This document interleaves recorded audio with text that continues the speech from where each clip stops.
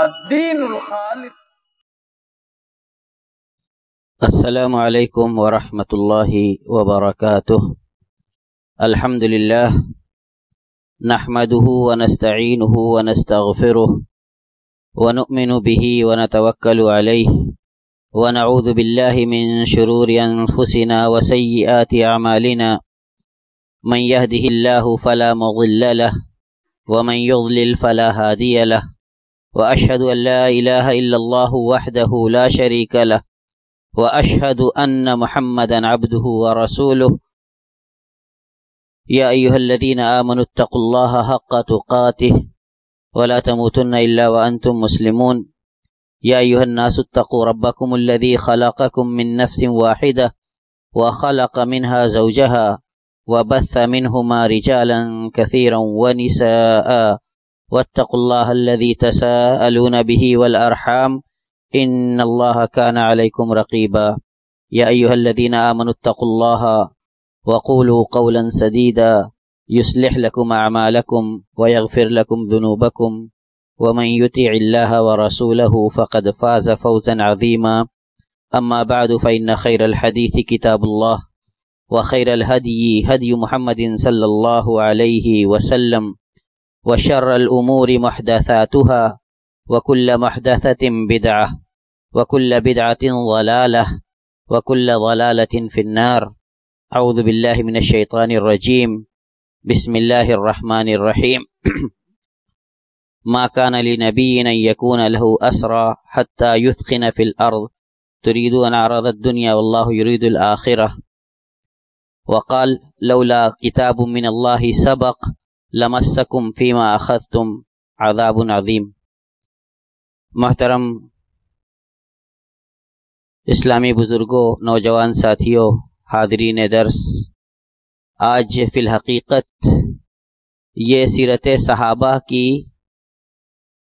تیسری مجلس اور دوسری کڑی ہے.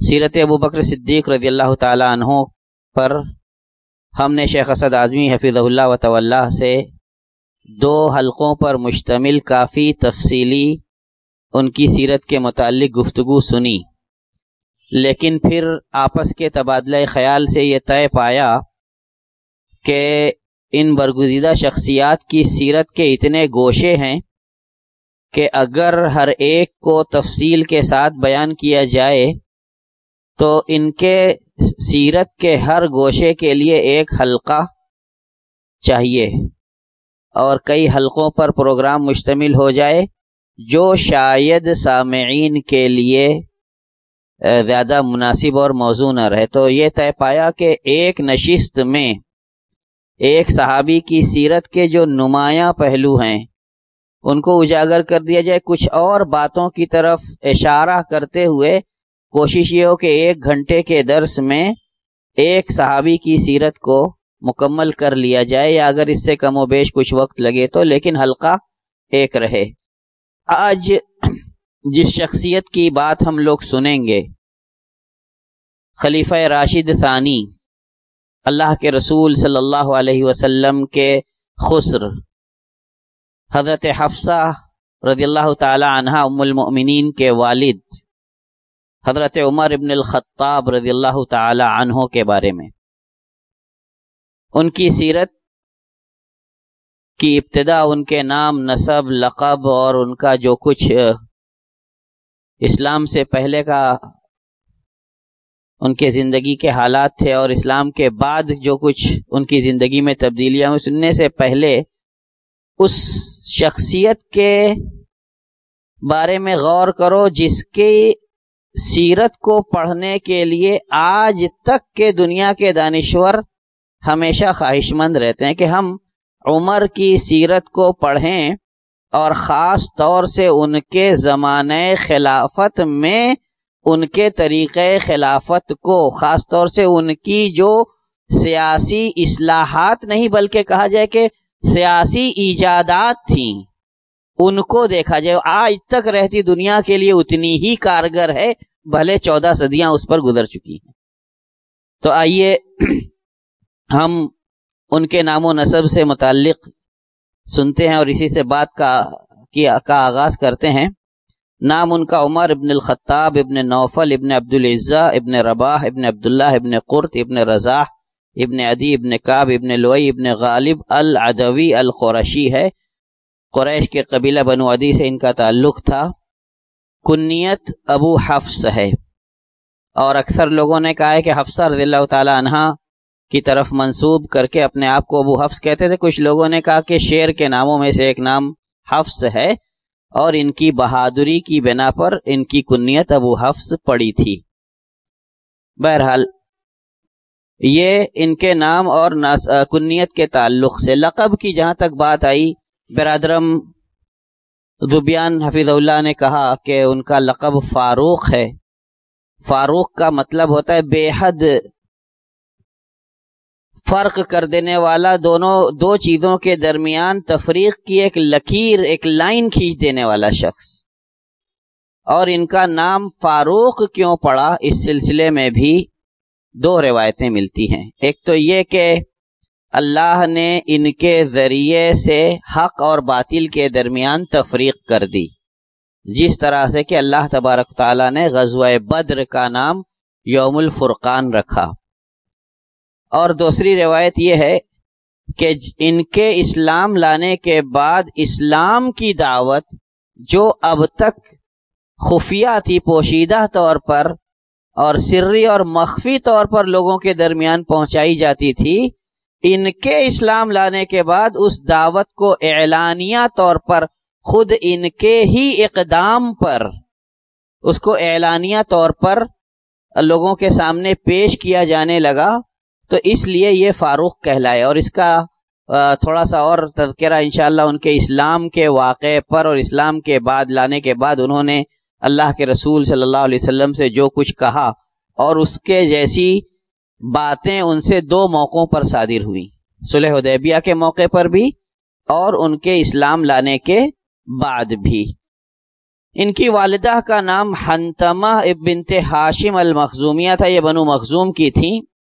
ولادت کے سلسلے میں خود ان سے مروی ایک روایت آتی ہے کہ میں بعثت نبوی سے 30 سال پہلے پیدا ہوا، اور امام نووی کہتے ہیں کہ ان کی پیدائش ابرہہ والے ہاتھی والے واقعے کے 13 سال بعد ہوئی.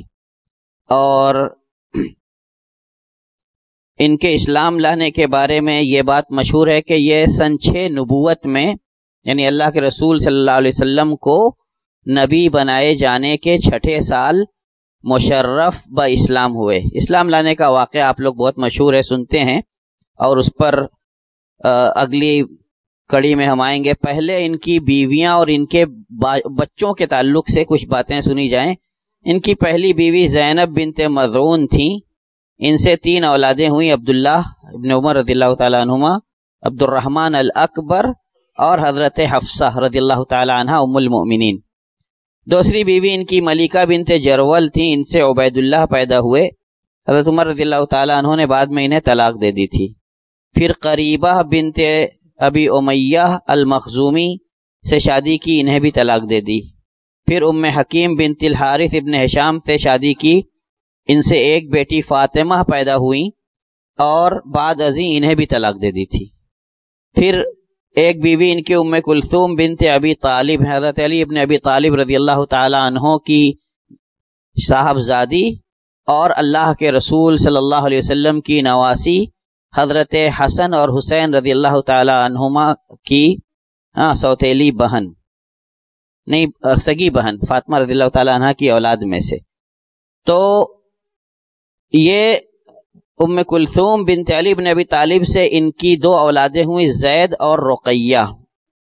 اور یہاں یہ بات قابل ذکر ہے کہ حضرت ابو بکر کی بھی ایک بیٹی تھیں جن کا نام بھی ام کلثوم رضی اللہ تعالی عنہ تھا، اور ان کو بھی حضرت عمر رضی اللہ تعالی عنہ نے پیغام نکاح دیا تھا، لیکن حضرت عمر رضی اللہ تعالی عنہ سے شادی پر وہ کن وجوہات کی بنا پر آمادہ نہیں ہوئی، تو ان سے ان کا نکاح نہیں ہو پایا تھا.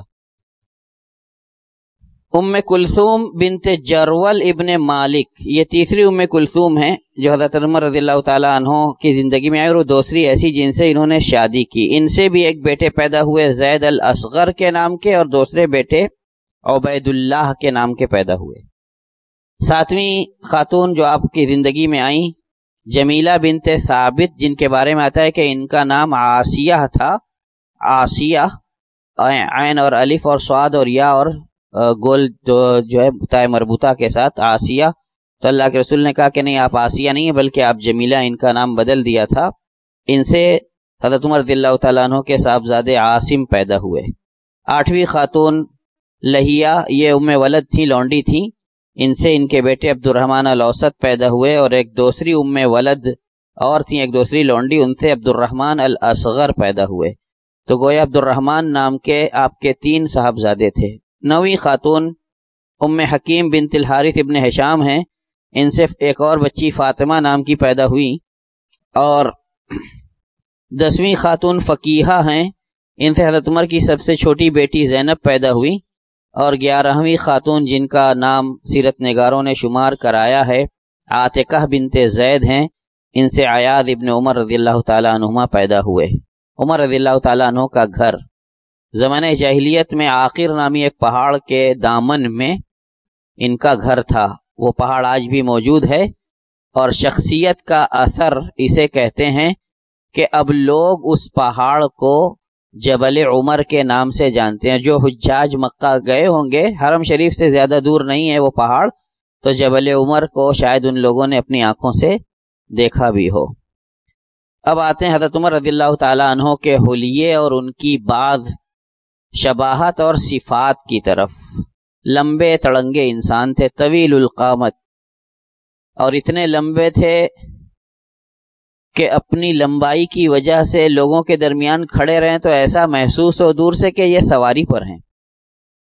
ایسا لگے جیسے بہت سے لوگ مطلب مافوق الفطرت لمبائی کے ہوتے ہیں، تو لگتا ہے کہ باقی لوگ تو کھڑے ہیں اور یہ سوار ہیں، تو دور سے دیکھنے والا یہی سمجھتا ہے کہ عمر رضی اللہ تعالیٰ عنہ سوار ہے.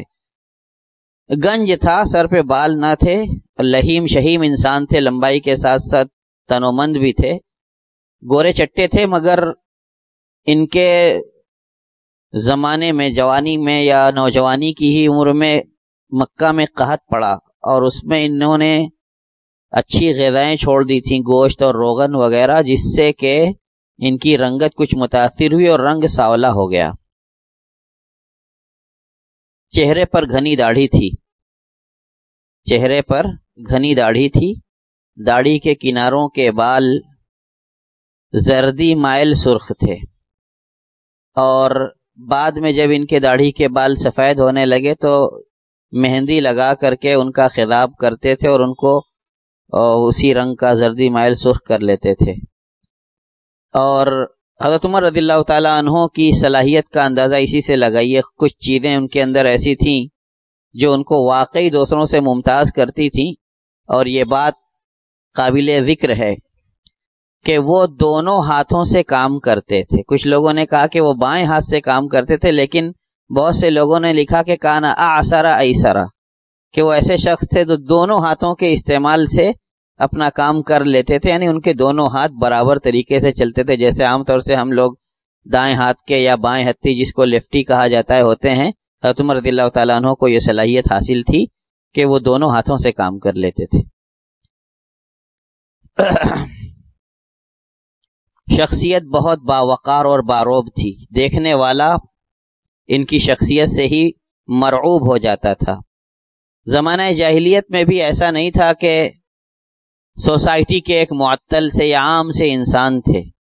بنو عدی کا قبیلہ اپنی ایک شان رکھتا تھا قریش میں، اور اس قبیلے کے ذمہ قریش اور دیگر لوگوں کے درمیان، جن کے درمیان جنگ رہتی تھی یا حالت امن میں بھی اگر کوئی بات چیت کرنے کا موقع آتا تو یہی سفارت کے فرائض انجام دیتے تھے. دونوں کے درمیان کورسپونڈنس یہی کرتے تھے، بات چیت کا فریضہ ان کے ذمے تھا.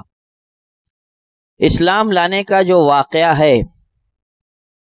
بھائی ذبیان نے عرض کیا کہ اللہ کے رسول صلی اللہ علیہ وسلم دعا کرتے تھے کہ اللہ عمر کے اسلام کو عزت بخش.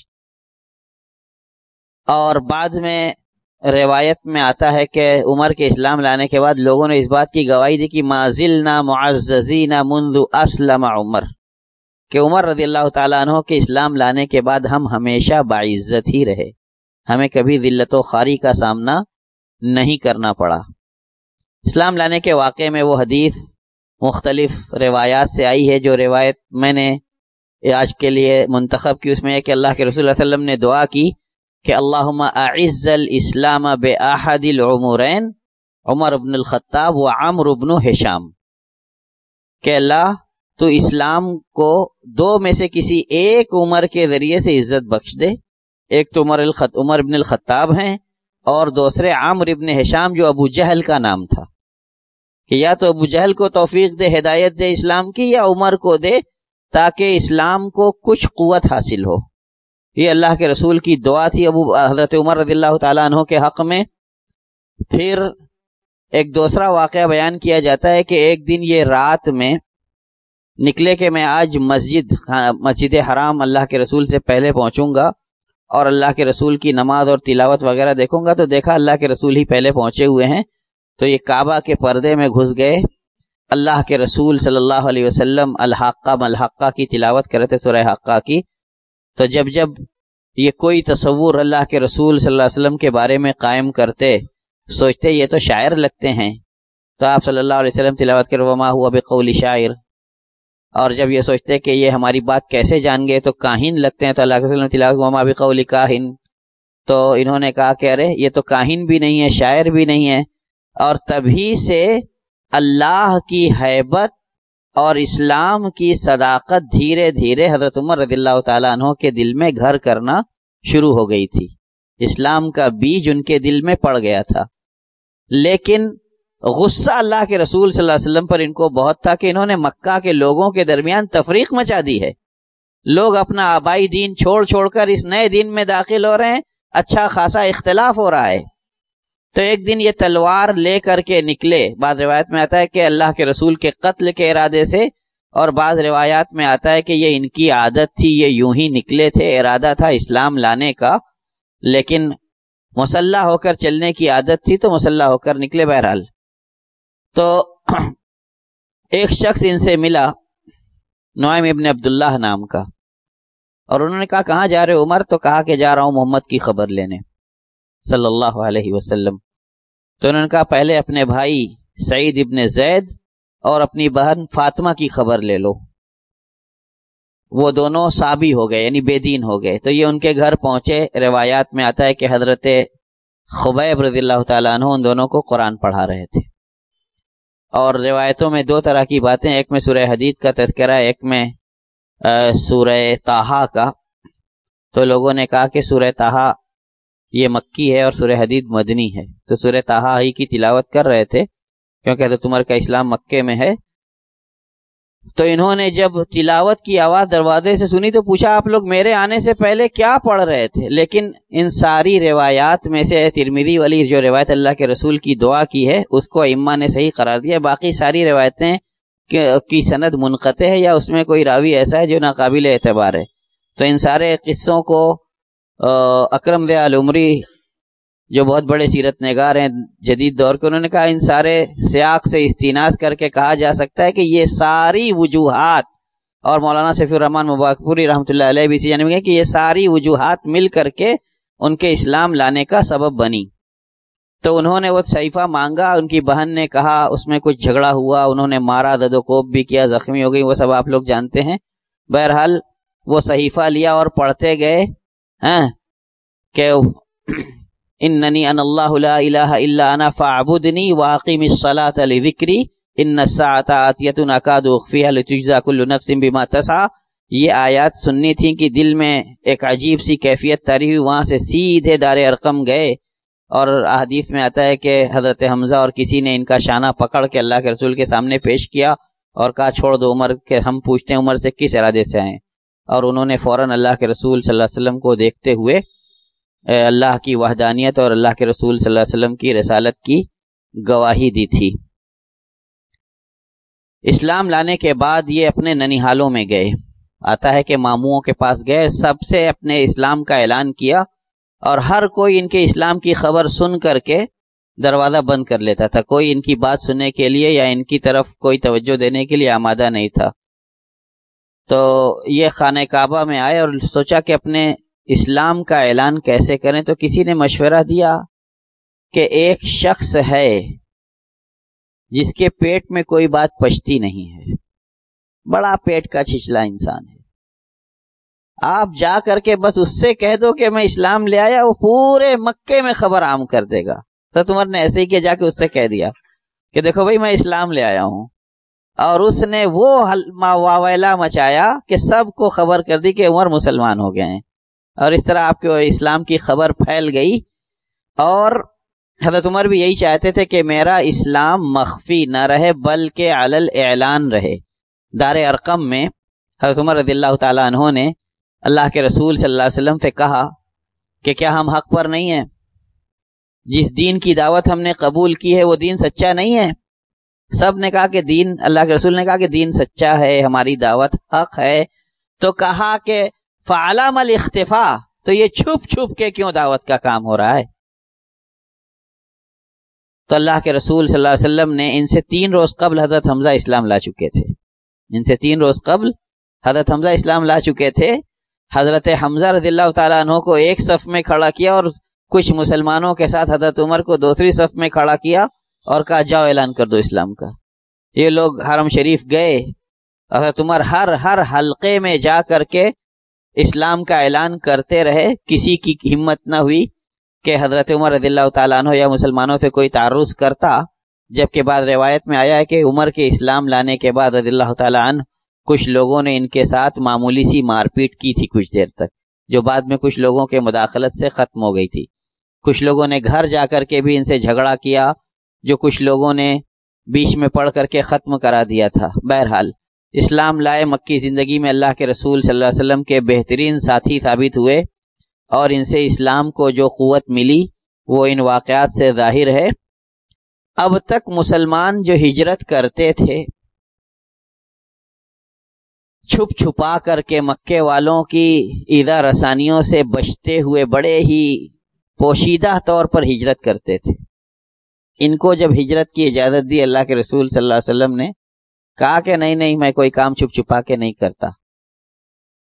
تلوار گلے میں لٹکائی، کمان کندھے پر ڈالی، ترکش پیچھے ڈالا، بھالا کمر پہ رکھا، تیر ہاتھ میں لیا، گئے حرم شریف۔ پھر کہا سنو میں ہجرت کر رہا ہوں، اور جس کو پسند ہو کہ اس کی بیوی بیوہ ہو جائے، بچے یتیم ہو جائیں، آئے فلاں پہاڑ کے دامن کے پیچھے ہم سے ملے۔ کسی نے ان کے ساتھ چھیڑ چھاڑ کی ہمت نہیں کی، اور 20 لوگوں کے ایک قافلے کے ساتھ انہوں نے مدینہ ہجرت کی۔ ان سے پہلے مصعب ابن عمیر اور عبداللہ ابن ام مکتوم رضی اللہ تعالی عنہما ہی مدینے پہنچے تھے، پھر یہ مسلمانوں کے اس قافلے کو لے کر مدینہ پہنچے۔ تو ہجرت بھی اعلانیہ طور پر کی، اور لوگوں کے ساتھ بالکل جرأت کے ساتھ دکھا کر کے کہ میں ہجرت کر رہا ہوں، جس کی ہمت ہو آ کر کے میرا راستہ روک کر کے دکھائے۔ شخصیت کا جب یہ جلال تھا تو عمر کا یہ جلال، عمر کی یہ صراحت، عمر کی یہ دلیری اللہ رب الجلال کو بھی پسند تھی۔ ان کی منقبت میں جو حدیثیں صحیح آئی ہیں بخاری و مسلم میں، یا صحیح بخاری یا صحیح مسلم میں، ان میں چند حدیثیں میں آپ لوگوں کے سامنے پیش کرتا ہوں۔ متفق علیہ روایت ہے، حضرت ابو ہریرہ رضی اللہ تعالیٰ عنہ راوی اللہ کے رسول فرماتے ہیں کہ ایک دن میں سویا ہوا تھا تو میں نے خواب دیکھا کہ میں جنت میں ٹہل رہا ہوں، اور ایک عورت ایک محل کے نیچے بیٹھ کر کے وضو کر رہی ہے ایک نہر سے۔ تو میں نے پوچھا یہ محل کس کا ہے؟ تو مجھے بتایا گیا کہ یہ عمر رضی اللہ تعالیٰ عنہ کا محل ہے۔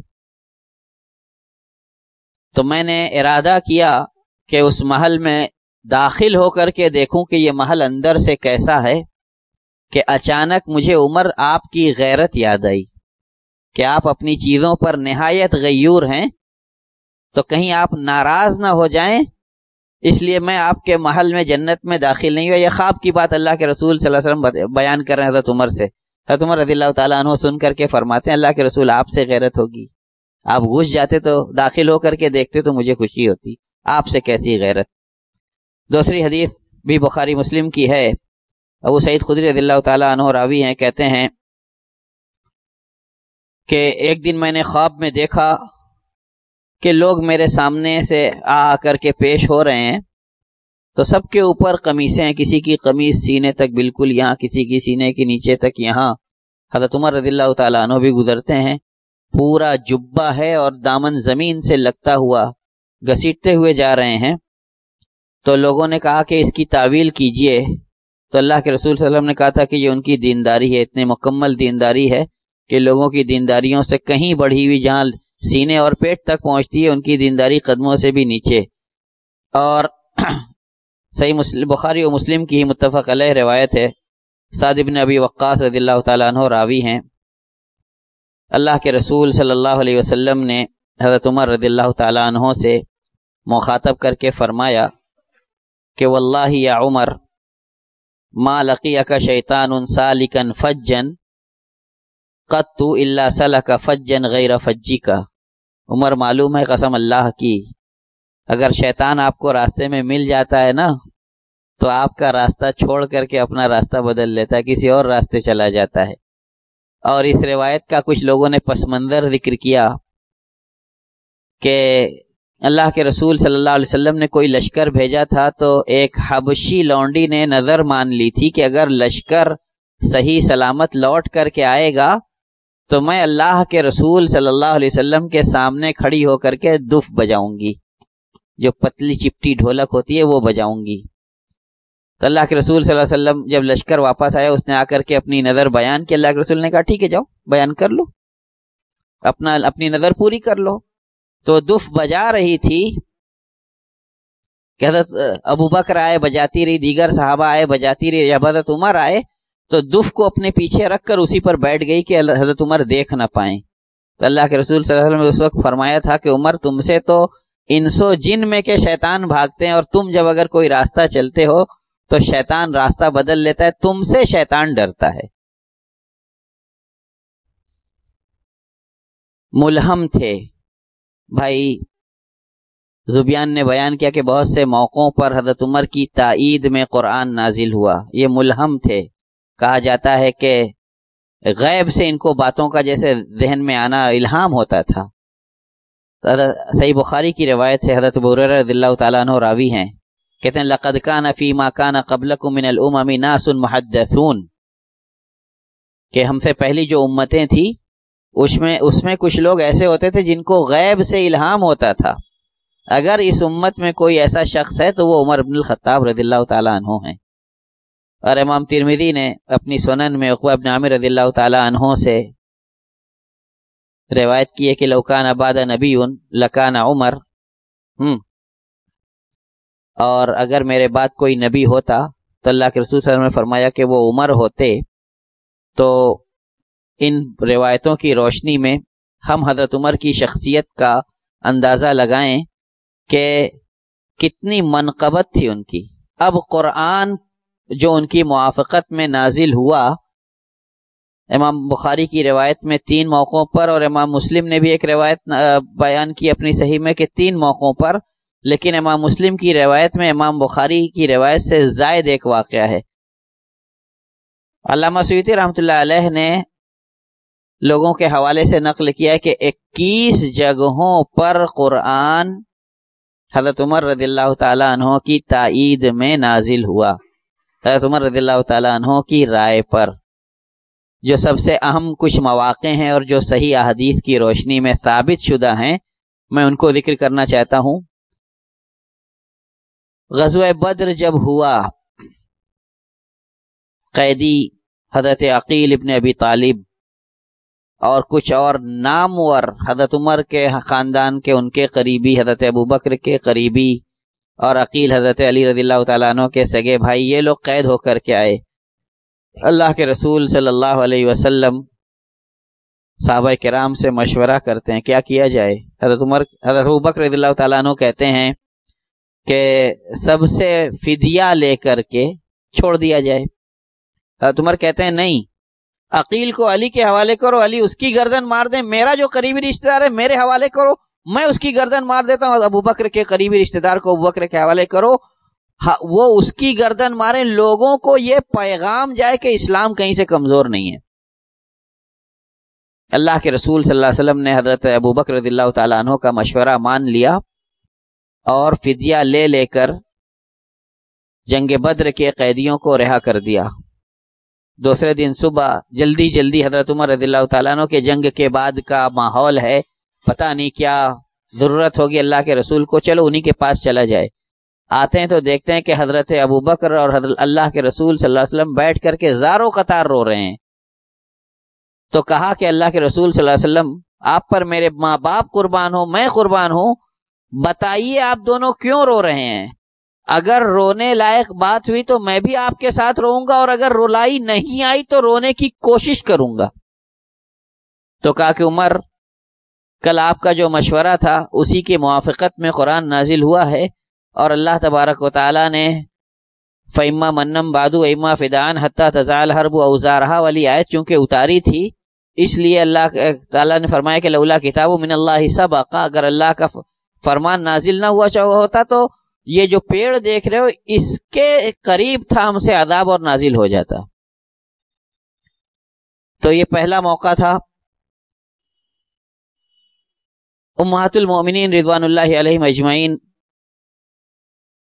کے گھر ہر طرح کے لوگ آتے جاتے تھے، اچھے برے سب۔ حضرت عمر کو یہ بات اچھی نہیں لگتی تھی، تو کہا کہ اے اللہ کے رسول، آپ کی ازواج پر تمام طرح کے لوگ آتے جاتے ہیں، آپ ان کو پردے کا حکم دیجئے۔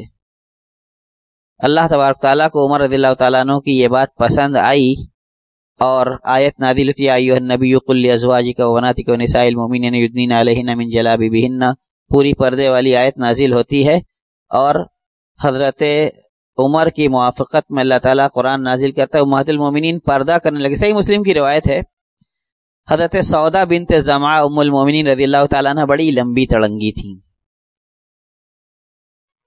اور یہ جب نکلتی تو عام اندھیرا بھی رہے تاریکی بھی رہے تو ان کو جاننے والے پہچان جاتے تھے کہ یہ سودا ہی ہیں۔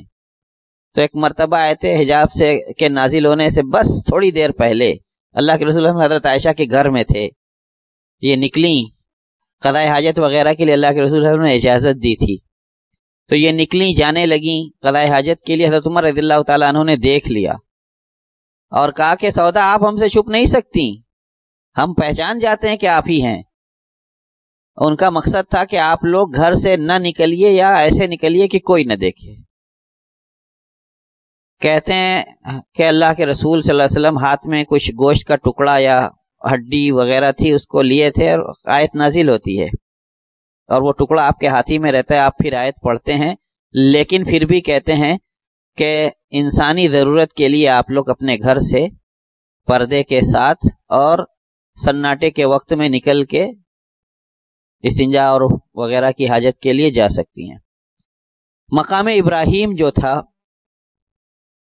وہ خانہ کعبہ سے بالکل متصل تھا، بیچ میں جو اتنا فاصلہ اب ہم دیکھتے ہیں وہ نہیں تھا۔ تو حضرت عمر رضی اللہ تعالیٰ عنہ کی خواہش یہ تھی کہ مصلی جو لگتا تھا پہلے کچھ ہٹ کے لگتا تھا، مقام ابراہیم کے پیچھے مصلی لگے اور وہاں امام کھڑا ہو اور وہاں نماز کی جگہ قرار پائے۔ تو جب ان کی یہ خواہش تھی، انہوں نے اللہ کے رسول سے بیان کی، یہ خواہش اللہ تبارک تعالیٰ کو پسند آئی، تو آیت نازل واتخذوا من مقام ابراہیم مصلی، کہ مقام ابراہیم جو ہے اس کو جائے نماز بنا سکتے ہو، وہاں نماز پڑھ سکتے ہو۔ ایک اور موقع ہے کہ اللہ کے رسول کی ازواج نے جب اللہ کے رسول صلی اللہ علیہ وسلم سے نان و نفقے میں اضافے کا مطالبہ کیا تھا کہ ہم اتنے پر گزارا نہیں کر سکتے، تو حضرت عمر رضی اللہ تعالیٰ عنہ کے منہ سے نکلا تھا کہ عسیٰ ربہ ان طلقکن ان یبدلہ ازواجا خیرا منکن مسلمات مؤمنات تائبات عابدات، پوری آیت۔ تو اللہ کو یہ بات حضرت عمر کی اتنی پسند آئی کہ وہ پوری آیت نازل ہوئی۔ اور جو دو موقع اور ہیں ان میں سے ایک موقع یہ ہے کہ شراب کے سلسلے میں حضرت عمر کا موقف بڑا سخت تھا۔ پہلے اللہ تبارک تعالیٰ نے اس کی خرابیاں زیادہ اور خوبیاں کم گنائیں، پھر نماز کی حالت میں شراب مت پیو۔ ہر بار حضرت عمر رضی اللہ تعالیٰ عنہ کی ایک ہی دعا ہوتی تھی اللہم انزل علینا فی الخمر بیانا کافیا شافیا، کہ اللہ تو شراب کے سلسلے میں ہمارے اوپر ایک مکمل تشفی بخش کوئی بات اتار دے۔ تو جب اللہ تبارک تعالیٰ نے مائدہ کی آیت انما الخمر والمیسر والانصاب والازلام رجس من عمل الشیطان اتار دی فاجتنبوہ، تو یعنی اب شراب سے بچو، حرمت کی آیت واضح طور پر نازل ہو گئی، تب حضرت عمر کو تسلی انہوں نے کہا کہ الان، کہ ہاں اب جا کر کے دل کو ٹھنڈک محسوس ہوئی۔ اور یہ ایک موقع تھا، اور ایک موقع اور جو قابل بیان ہے کہ جب عبداللہ ابن ابی منافقوں کے سردار کی وفات ہوئی تو ان کے بیٹے عبداللہ اللہ کے رسول صلی اللہ علیہ وسلم کے پاس آئے کہ چلیے میرے باپ کے تدفین وغیرہ میں شریک ہوئی اور ان کی نماز جنازہ پڑھا دیجئے۔ بخاری اور مسلم دونوں کی متفق علیہ روایت ہے کہ اللہ کے رسول صلی اللہ علیہ وسلم نے عبداللہ ابن ابی کو قبر سے نکالا اور اپنے زانوں پر اس کا سر رکھا اور اپنی قمیص اتار کر کے اسے پہنائی، اور اس کے بعد ان کو پھر سے قبر میں رکھوایا، ان کی نماز جنازہ پڑھائی۔ حضرت عمر رضی اللہ تعالیٰ عنہ اس موقع پر بھی بار بار اللہ کے رسول صلی اللہ علیہ وسلم سے یہی کہتے رہے کہ اللہ کے رسول آپ اس کی نماز جنازہ مت پڑھائیے، اللہ کا دشمن جو فلاں دن فلاں موقع سے ایسا کہتا رہا ہے مسلمانوں کے خلاف، آپ اس کی نماز جنازہ پڑھانے جا رہے ہیں، مت پڑھائیے۔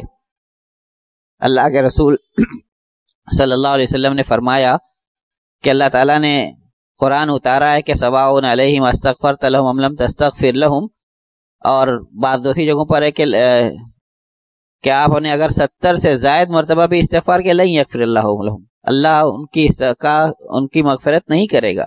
اللہ نے فرمایا کہ اگر اس سے زائد مرتبہ پہ مجھے معلوم ہو جائے کہ اللہ مغفرت کرے گا تو میں کروں گا۔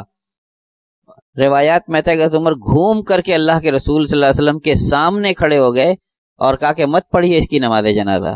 اللہ کے رسول صلی اللہ علیہ وسلم نے ان کو ہٹایا، حضرت عمر رضی اللہ تعالیٰ عنہ کو، اور نماز جنازہ پڑھائی، اور اس کے فوراً بعد آیت نازل ہوئی وَلَا تُصَلِّ عَلَىٰ أَحَدٍ مِّنْهُمْ مَاتَ أَبَدًا وَلَا تَقُمْ عَلَىٰ قَبْرِهِ، کہ اگر منافقین میں سے کوئی مر جائے تو آپ کبھی اس کی نماز جنازہ مت پڑھائیے، نہ اس کی قبر کے پاس جا کر کے کھڑے ہوئیے۔ تو حضرت عمر رضی اللہ تعالیٰ عنہ کے یہ مواقع تھے۔ اس کے علاوہ سورہ نور کی وہ آیت الشیخ والشیخۃ اذا زنیا فرجوہما البتۃ، یہ چاہتے تھے کہ اس کی تلاوت منسوخ ہو جائے، یہ بھی آتا ہے کہ اللہ تبارک تعالیٰ نے ان کی موافقت میں اس کو منسوخ التلاوہ قرار دیا۔ کچھ کرامتیں ہیں حضرت عمر رضی اللہ تعالیٰ عنہ کی۔ مارکہ نہاوند کے وقت فارس والوں سے جو آخری فیصلہ کن مارکہ ہوا اور جس کو فتح الفتوح کا نام دیا گیا، اس میں ایک لشکر حضرت عمر رضی اللہ تعالیٰ عنہ نے بھیجا تھا، اور یہ لوگ ایک جگہ جنگ کر رہے تھے جہاں پہاڑ تھا، اور لشکر سے یہ لوگ گھرتے چلے جا رہے تھے، اور ساریہ نام کا ایک شخص اس لشکر کا امیر تھا۔ حضرت عمر رضی اللہ تعالیٰ عنہ ممبر سے خطبہ دے رہے تھے اور اچانک چلانے لگے زور زور سے، یا ساریۃ الجبل الجبل، یہ بات آپ نے 3 مرتبہ کہی کہ ساریہ پہاڑ پہاڑ پہاڑ کی طرف جاؤ۔ اس لشکر کے لوگوں کا بیان ہے کہ ہم نے یہ آواز وہاں سنی۔ سوچو، ارض فارس، ایران کی سرزمین، مدینہ سے کتنی دور ہے۔ کہا کہ ایک غیبی آواز ہمیں سنائی دی کہ ساریہ اپنے فوجیوں کو لے کر ان کی پیٹھیں پہاڑ سے لگا کر، یعنی پہاڑ کو اپنے پشت پر رکھ کر مقابلہ کرو۔ تو کہا کہ اب تک ہم شکست کھا رہے تھے، جیسے ہی ہم نے یہ حکمت عملی اختیار کی ہم کو فتح ہونے لگی اور ہم کامیاب ہو گئے۔ اور یہ ایک خبر 1 مہینے کے قریب بعد حضرت عمر رضی اللہ تعالیٰ عنہ کے پاس آئی کہ نہاوند میں مسلمانوں کو فتح ہو گئی ہے اور فارس والوں کی کمر ٹوٹ گئی ہے، اب دوبارہ وہ کبھی اسلام کے مقابلے کے لیے کھڑے نہیں ہوں گے۔ کچھ کام میں نے کہا تھا کہ کچھ چیزیں ایسی ہیں کہ جس کی وجہ سے حضرت عمر کی سیرت کو آج کے دور کا ہر صحیح معنوں میں جو سیاست سے دلچسپی رکھتا ہے وہ پڑھنا چاہتا ہے۔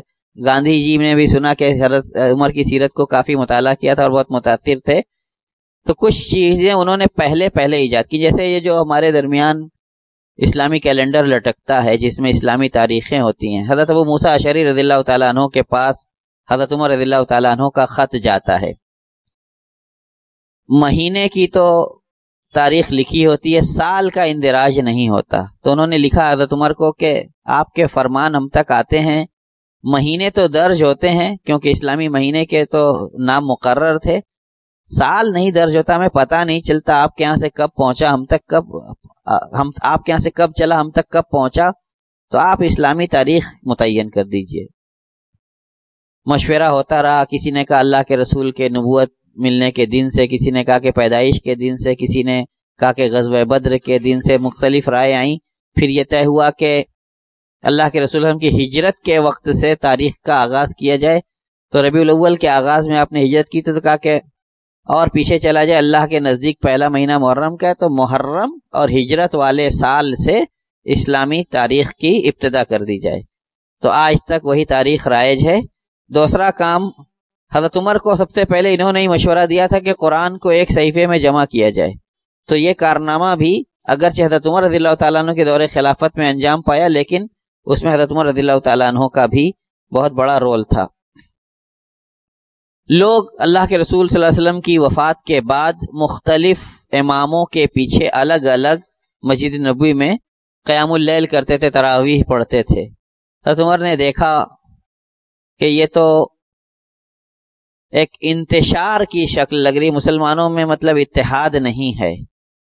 تو حضرت ابی ابن کعب رضی اللہ تعالیٰ عنہ کو حکم دیا کہ آپ لوگوں کی امامت کرائیں، اور سارے لوگوں کو انہی کے پیچھے نماز پڑھنے کا مکلف کر دیا. اور جب لوگوں کو ان کے پیچھے نماز پڑھتے دیکھا تو خوش ہو کر کے فرمایا کہ نعمت البدعۃ ھذہ، کیا ہی اچھا یہ کام ہے. اور ان کا مطلب تھا کہ کتنی اچھی سنت ہم نے زندہ کر دی. اور اس کے بعد کچھ اور کام جو انہوں نے کیا، سب سے پہلے شراب پی کر کے بدمست ہونے والوں کو انہوں نے 80 کوڑے لگائے. اور اس کی جو تعویل کی وہ زبردست تھی کہ جب آدمی شراب پیتا ہے تو عقل و خرد سے بیگانہ ہو جاتا ہے، جب اس کی عقل ماری جاتی ہے تو اول فول بکتا ہے، جب اول فول بکتا ہے تو پتہ نہیں کس کی عزتیں اچھالتا ہے. تو اس لیے جو قذف کی کسی کے اوپر بدکاری کا بہتان لگانے کی سزا اسلام میں وہ 80 کوڑے ہے، تو شراب پینے کے نتیجے میں وہ بہتان تراشی کرتا ہے تو اس کو 80 کوڑے لگائے جائیں گے. سب سے پہلے وہ شخص جنہوں نے راتوں میں چکر لگایا رعایا کی خبر گیری کے لیے، اور کہتے تھے کہ قسم اللہ کی اگر فرات کے ساحل پر کوئی بکری کا بچہ بھی مر جائے تو عمر کو یہ ڈر ہے کہ قیامت کے دن ان سے اس کا سوال ہوگا.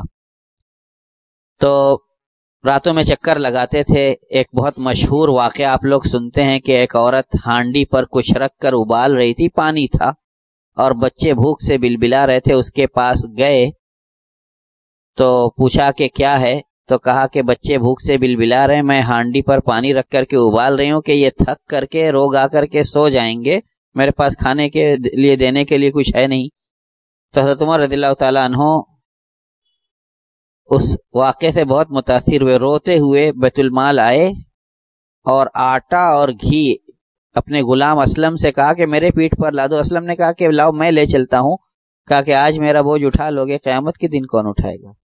یہ عمر کا بوجھ ہے، عمر کو اٹھانے دو. آپ لوگوں نے سنا ہوگا کہ ان کے لیے کھانا بنایا، کھلا پلا کے آسودہ کیا، چلے آئے. روایات میں آتا ہے کہ جس طرح جانور 4 پایوں پر چل کر کے اور جو پالتو جانور ہوتے ہیں وہ کھیلتے کودتے ہیں، ان بچوں کو خوش کرنے کے لیے ان کے ساتھ حضرت عمر نے اس طرح کھیلا کودا، اور جب بچے کھلکھلانے لگے تو ان کو چھوڑ کر کے آئے. سب سے پہلے انہوں نے ہی حضرت عمر رضی اللہ تعالی عنہ نے ایسی لونڈیوں کو بیچنے سے منع کر دیا جس سے اس کے مالک کو اولادیں ہوئی ہوں. انہوں نے ہی بہت سارے نئے شہر آباد کیے، بصرہ، کوفہ اور دوسرے شہروں کا نام لیا جا سکتا ہے. سب سے پہلے قاضی مقرر کیے ہر جگہ.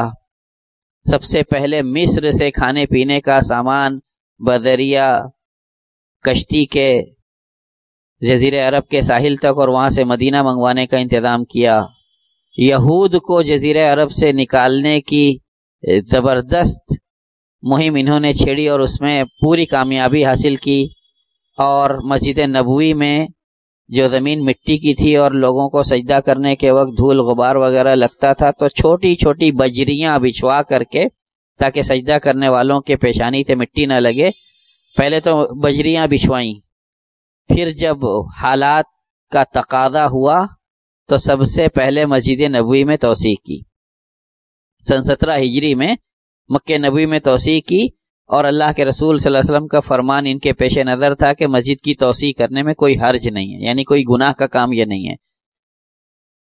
کھجور کے تنوں کے جو کھمبے تھے اس کو ہٹوا کر کے پتھر کے اور اینٹوں کے کھمبے لگوائے، اور مسجد کے سارے ارد گرد کے گھر خرید کر مسجد میں داخل کیے. عباس رضی اللہ تعالیٰ عنہ جو اللہ کے رسول صلی اللہ علیہ وسلم کے چچا تھے اور امہات المومنین کے کمرے چھوڑ دیے تھے. عباس رضی اللہ تعالیٰ عنہ سے جب ان کے گھر کی فرمائش کی تو کہا یا تو میں بیت المال سے خرید لوں، یا آپ کہیں تو کہیں اور آپ کو اتنی زمین دے دوں اور پھر بیت المال سے وہاں آپ کا گھر بنوا دوں، یا اگر آپ کی خواہش ہو تو یا آپ اس کو مسجد کے لیے وقف کر دیجئے، صدقہ کر دیجئے مسجد پر. تو انہوں نے کہا کہ ابی ابن کعب کی بات مانیں گے. وہاں گئے تو حضرت ابی ابن کعب نے سمجھایا، تو بہت سمجھانے کے بعد انہوں نے وہ مسجد کے لیے دے دیا تھا وہ گھر. سن 17 ہجری میں ہی ایک سیلاب آیا جس سے حرم مکی، حرم شریف کا اکثر حصہ تباہ ہو گیا، اور تو حضرت عمر رضی اللہ تعالی عنہ نے حرم مکی میں بھی توسیع کی. اور اس سیلاب میں ایک عورت ام نحشل نام کی بہہ کر کے فوت ہو گئی تھی، تو اسی کے نام پر اس باڑھ کا، اس سیلاب کا نام سیل ام نحشل پڑا تھا. تو اس کے بعد حضرت عمر رضی اللہ تعالیٰ عنہ نے حرم مکی کی بھی توسیع کی، اس کی نیچی سی ایک چہار دیواری بنوائی، اور پہلے لوگوں کے گھروں سے لگے ہوئے حرم شریف کو آنے کے دروازے تھے، نہیں 2 لوگوں کے گھروں کے بیچ میں دروازہ لگا دیا اور اس کی چوکھٹیں لوگوں کے گھروں سے لگتی تھیں. تو یہ فصیل بنوائی، جب آس پاس کے گھر لے لیے تو نیچی سی فصیل بنوائی، اس فصیل میں دروازے لگوا دیے. اور حتیم جو تھا، حتیم کا حصہ وہ بہہ کر کے اس کی دیواریں آ کر کے خانہ کعبہ سے چمٹ گئی تھیں. دیکھ کر کے حضرت عمر رضی اللہ تعالیٰ عنہ کا ہوش اڑ گیا کہ اب کیسے میں، چونکہ ہجر اسماعیل یا حتیم وہ خانہ کعبہ کا حصہ ہے، قریش نے جب جائز مال نہیں پایا تھا تو اس سے کم پر جتنا جائز تھا خانہ کعبہ کی دیواریں اٹھا دی تھیں، اب ویسے ہی بنتا چلا آ رہا تھا. تو کہا کہ کیسے پیمائش ملے گی. تو اس پر مطلب ابن ابی وداع السہمی رضی اللہ تعالیٰ عنہ نے بتائی کہ میں نے ایک رسی سے اس کو کبھی ناپ لیا تھا، اور وہ رسی میرے گھر میں ہے، اور وہ رسی لا کر کے اگر میں دے دوں تو اس کی پیمائش ہو سکتی ہے. تو حضرت عمر رضی اللہ تعالیٰ عنہ نے پھر سے حتیم کی 4 دیواری اٹھوائی، اور خانہ کعبہ پر بعض روایات میں آتا ہے کہ وہ جھرنا جو پانی گرنے کے لیے جو نلکی ہے وہ لگوائی. سب سے پہلے انہوں نے لوگوں کے وظیفے مقرر کیے. پہلے حضرت ابوبکر رضی اللہ تعالیٰ عنہ سب کو برابر دے دیتے تھے، تو انہوں نے کہا کہ نہیں، ایسا ہوگا کہ بدریوں کو اور بعد میں ہجرت کرنے والوں کا وظیفہ ایک برابر نہیں ہوگا.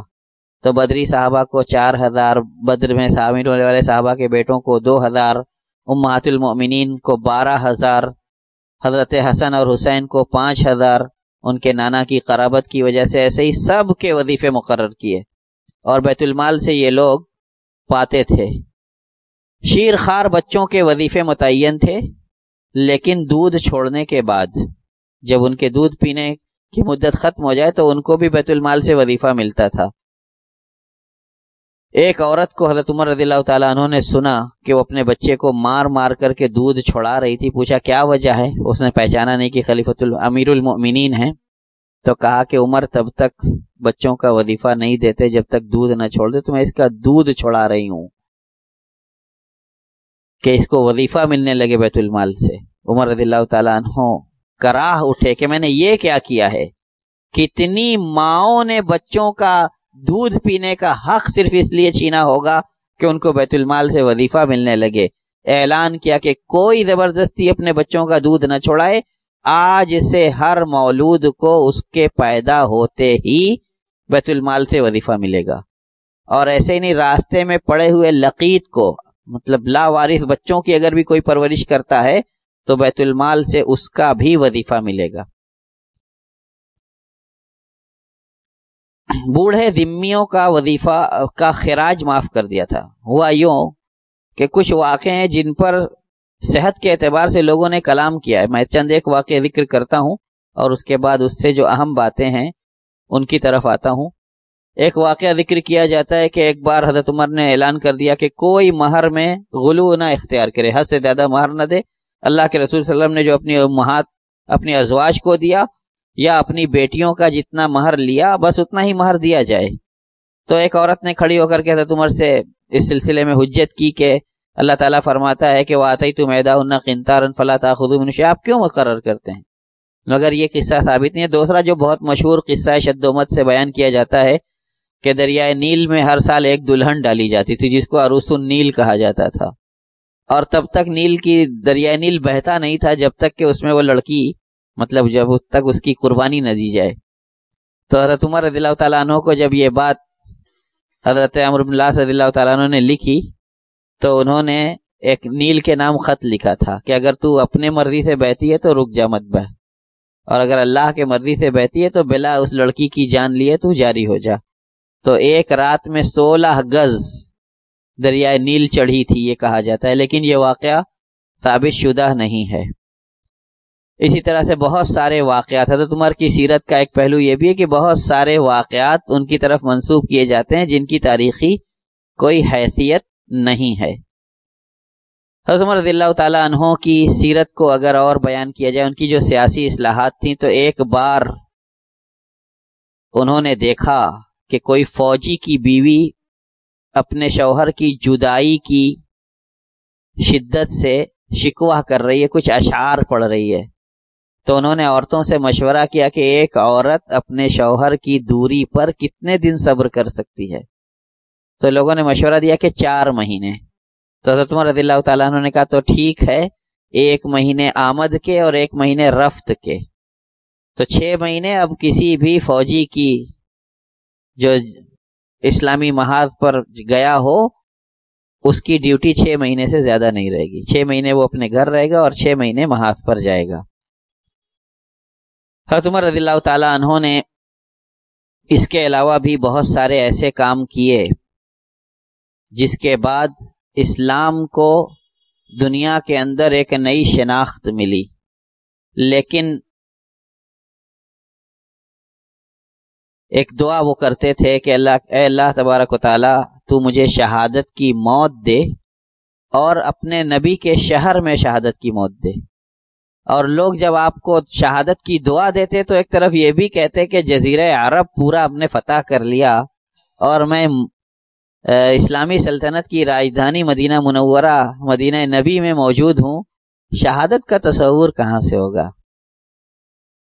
ایک طرف تو میں خود تمنا کرتا ہوں، دعا بھی کرتا ہوں، اور دوسری طرف آپ لوگ بھی دعا دیتے ہو، لیکن جو صورتحال ہے کہ میں خود اب محاذ پر جاتا نہیں ہوں، لوگوں کو بھیجتا ہوں اور یہاں بیٹھ کر کے سلطنت کی ذمہ داریاں اور امور نبھاتا ہوں، تو شہادت کی تمنا تو ہے لیکن شہادت ہوگی کیسے؟ حضرت مغیرہ ابن شعبہ رضی اللہ تعالیٰ عنہ کا ایک غلام تھا، ابو لؤلؤہ اس کی کنیت تھی، فیروز نام تھا، بڑے پیشے جانتا تھا، بڑھئی وہ، لوہار وہ، سنگ تراش وہ، بہت کاریگر انسان تھا. حضرت مغیرہ ابن شعبہ رضی اللہ تعالیٰ عنہ نے اس کی سفارش کی. حضرت عمر رضی اللہ تعالیٰ عنہ کسی غیر مسلم کو مدینہ یا مکہ یا حدود حرم میں داخل ہونے نہیں دیتے تھے، تو بڑی سفارش کی. حضرت مغیرہ نے تو کہا ٹھیک ہے بھیج دو، جب اتنے کام کا انسان ہے تو شاید مسلمانوں کا کچھ بھلا ہو جائے. یہ مدینے آیا، اس نے اپنا جزیہ معاف کرنے کی کوئی بات حضرت عمر سے کہی. حضرت عمر نے اس کو تسلی دی کہ بات کر لیں گے، غور کر لیں گے اس پر، لیکن اس کو کچھ ناراضگی ہوئی اور وہ چلا گیا. بعد میں اس نے ایک خنجر بنایا، عجیب و غریب خنجر، اور جس کے 2 پھل تھے. اب تو عام طور سے کہا جاتا ہے 2 دھاری خنجر تھا، یعنی دونوں طرف دھار تھی، نہیں 2 پھلا خنجر تھا، 2 پھلا اور 2 دھاری تھا، یعنی دستہ اس کا بیچ میں تھا، ادھر بھی پھل تھا خنجر کا، ادھر بھی پھل تھا خنجر کا، اور دھار بھی دونوں جانب تھی. یعنی اگر آپ چاہیں تو اس سے 360 ڈگری پر کہیں بھی حملہ کر سکتے تھے. تو اپنی کاریگری کا جوہر اس نے سب سے زیادہ اس وقت دکھایا جب اس کو حضرت عمر رضی اللہ تعالیٰ عنہ کے قتل کی خناسی سوجھی. کہا جاتا ہے کہ وہ مجوسی تھا، مسلمان نہیں تھا. تو حضرت عمر رضی اللہ تعالیٰ عنہ ایک دن مسجد نبوی میں نماز پڑھانے کے لیے آئے اور آپ صف سیدھی کرا رہے تھے، استو صفیں سیدھی کر لو، تو اس نے حضرت عمر رضی اللہ تعالیٰ عنہ کے کندھے پر، کمر پر، اور جب وہ گر گئے تو ان کے پیٹ پر کئی وار کیے، اور حضرت عمر رضی اللہ تعالیٰ عنہ کے ساتھ ساتھ 13 لوگوں کو زخمی کیا، جن میں سے 6 لوگ شہید ہو گئے اور باقی لوگ علاج کے بعد ٹھیک ہوئے۔ حضرت عمر رضی اللہ تعالیٰ عنہ زخمی ہو گئے، ان کو ان کے گھر لایا گیا اور نماز کی حالت قائم تھی، نماز کی حالت میں خنجر لگا تھا، تو لوگوں نے حضرت عبد الرحمن ابن عوف کو آگے کیا کہ آپ نماز پڑھا دیجئے۔ بے حد ہلکی 2 رکعت نماز پڑھا کے وہ بھی آئے دیکھنے کے لیے۔ حضرت عمر رضی اللہ تعالیٰ عنہ کو نبیذ پلایا گیا، نبیذ چونکہ بھورے رنگ کا ہوتا ہے تو وہ بھی پیٹ والے زخم سے نکل گئے، نبیذ نکل گئی۔ تو پھر یہ ہوا کہ پتہ نہیں خون آیا ہے کہ جو پلایا گیا تھا نبیذ وہی آئی ہے، لاؤ دودھ پلا کر کے دیکھتے ہیں، کیونکہ دودھ خون کا رنگ لیتے لیتے بھی تھوڑا سا وقت لیتا ہے، تو اس سے پتہ چل جائے گا کہ کیا دودھ ہی ابھی جو پلایا گیا وہی باہر آیا ہے۔ تو وہ واقعی دودھ ان کے پیٹ کے راستے باہر آ گیا تھا، تو لوگوں کو یقین ہو گیا تھا کہ اب یہ بچیں گے نہیں، تو لوگوں نے ان سے فرمائش کی کہ اپنے بعد کسی کو خلیفہ نامزد کر دیجئے۔ حضرت عمر رضی اللہ تعالیٰ نے اس موقع پر کہا تھا کہ ان استخلف، صحیح مسلم کی روایت ہے، فقد استخلف من ہوا خیر منہ وان اترکہ فقد ترکہ من ہوا خیر منہ، کہ اگر میں اپنے بعد خلیفہ نامزد کروں تو مجھ سے جو بہتر تھے، حضرت ابوبکر رضی اللہ تعالیٰ عنہ کی طرف اشارہ تھا کہ انہوں نے خلیفہ نامزد کیا تھا، مجھے نامزد کر کے گئے تھے، اور اگر میں نہ نامزد کروں تو جو مجھ سے بھی بہتر تھے انہوں نے خلیفہ نامزد نہیں کیا تھا۔ اللہ کے رسول صلی اللہ علیہ وسلم کی طرف اشارہ تھا، اور جب اللہ کے رسول کا ذکر حضرت عمر نے کیا تو لوگوں کو یقین ہو گیا کہ اب یہ خلیفہ نامزد نہیں کریں گے۔ لوگوں نے بہت اصرار کیا تو علی، عثمان، طلحہ، زبیر، عبد الرحمن ابن عوف اور سعد ابن وقاص، 6 لوگوں کو متعین کیا کہ انہی میں سے اپنا خلیفہ چن لینا۔ حضرت عبد الرحمن ابن عوف نے ذمہ داری سنبھالی اور سب کو قائل کر کے بعد میں حضرت عثمان کی بیعت ہوئی تھی۔ زخم لگنے کے نتیجے میں حضرت عمر رضی اللہ تعالیٰ عنہ شہید ہو جاتے ہیں۔ شہادت کے بعد ابھی یہ زخمی ہی تھے کہ اپنے بیٹے کو وصیت کرتے ہیں۔ میں نے پچھلی بار جب حضرت عمر رضی اللہ تعالیٰ عنہ کی سیرت پر بیان کیا تھا تو ان کے قرضوں کا قصہ بیان کیا تھا کہ انہوں نے حضرت عمر عبداللہ کو وصیت کی تھی کہ میرے قرضے میرے مال سے، پھر میری اولاد کے مال سے، پھر میرے اگر میرے خاندان والوں سے بھی نہ پورے ہوں تو قریش سے اس میں مدد لے کر میرے قرضے ادا کر دینا۔ 86,000 تقریباً قرضہ ان کا نکلا تھا، اور ان کا ایک گھر تھا مسجد نبوی کے مشرقی جانب جو حضرت عمر رضی اللہ تعالیٰ عنہ کا گھر تھا، اور اسی کو بیچا حضرت عبداللہ نے، تو اس سے ان کے قرضے ادا ہو گئے۔ تو بعد میں اس کو دار القضاء دین عمر کہا جاتا تھا کہ اس سے حضرت عمر کے قرضے ادا ہوئے، تو بعد میں اس کو دار القضاء کہا جانے لگا، مختصر کر کے لوگوں نے سمجھا شاید یہ عدالت وغیرہ تھی تو اس کو دار القضاء کہا جاتا ہے، لیکن حقیقت میں وہ عدالت نہیں تھی۔ اسی گھر کو بیچ کر حضرت عمر کے قرضے حضرت عبداللہ نے ان کے بیٹے نے ادا کیے تھے۔ جب وفات کا وقت قریب آ گیا تو انہوں نے حضرت عبداللہ سے کہا تھا کہ حضرت عائشہ رضی اللہ تعالی عنہا کے پاس جاؤ، اور ہر جگہ میرا اور میرے ساتھی ابو بکر اور اللہ کے رسول کا نام ساتھ ساتھ لیا جاتا ہے، تو میری وفات کے بعد بھی ہم تینوں ایک ہی جگہ رہیں، میری یہ خواہش ہے۔ تو حضرت عائشہ سے جا کر کے اجازت مانگو کہ اگر اللہ کے رسول کے دوسرے پہلو مجھے بھی دفن کرنے کی وہ اجازت دیں تو ٹھیک ہے، اگر اجازت نہ دیں تو اصرار مت کرنا، چلے آنا۔ حضرت عبداللہ حضرت عائشہ رضی اللہ تعالیٰ عنہ کے پاس جاتے ہیں، ان سے کہتے ہیں کہ میرے والد کی یہ خواہش ہے۔ حضرت عائشہ کہتی ہیں کہ وہ جگہ میں نے اپنے لیے منتخب کر کے رکھی تھی، لیکن اب چونکہ حضرت عمر کی خواہش ہے تو میں ان کو اپنے آپ پر ترجیح دیتی ہوں، ان سے کہیے کہ ٹھیک ہے، وہ اللہ کے رسول کے دوسرے پہلو دفن ہو سکتے ہیں۔ حضرت عبداللہ نے جب یہ بات ان سے بیان کی تو انہوں نے کہا کہ ٹھیک ہے، حضرت عائشہ نے اجازت دے دی ہے، لیکن جب میری وفات ہو جائے اور مجھے کفنا لینا تو لے کر کے میرے جنازے کو ان کے دروازے پر جانا اور کہنا کہ عمر اجازت چاہتے ہیں۔ اگر اجازت دے دیں تو حجرہ رسول حجرہ عائشہ میں مجھے دفن کرنا، ورنہ مجھے بقیع لے چلنا، عام مسلمانوں کی قبرستان میں مجھے دفن کر دینا۔ نماز جنازہ پڑھانے کی باری آئی، جنازہ رکھا گیا، حضرت علی اور حضرت عثمان آگے بڑھے کہ لاؤ جنازہ پڑھا دیں. حضرت عبدالرحمن ابن عوف رضی اللہ تعالیٰ عنہ نے دونوں کو روکا کہ عمارت کے اتنے حریص ہو کہ حضرت عمر ابھی دفن بھی نہیں ہوئے آگے بڑھ رہے ہو. مطلب شوق ہے کہ ہم امیر بنے ان کے بعد. اس سے پہلے حضرت ابوبکر کو خلیفۃ الرسول کہا جاتا تھا.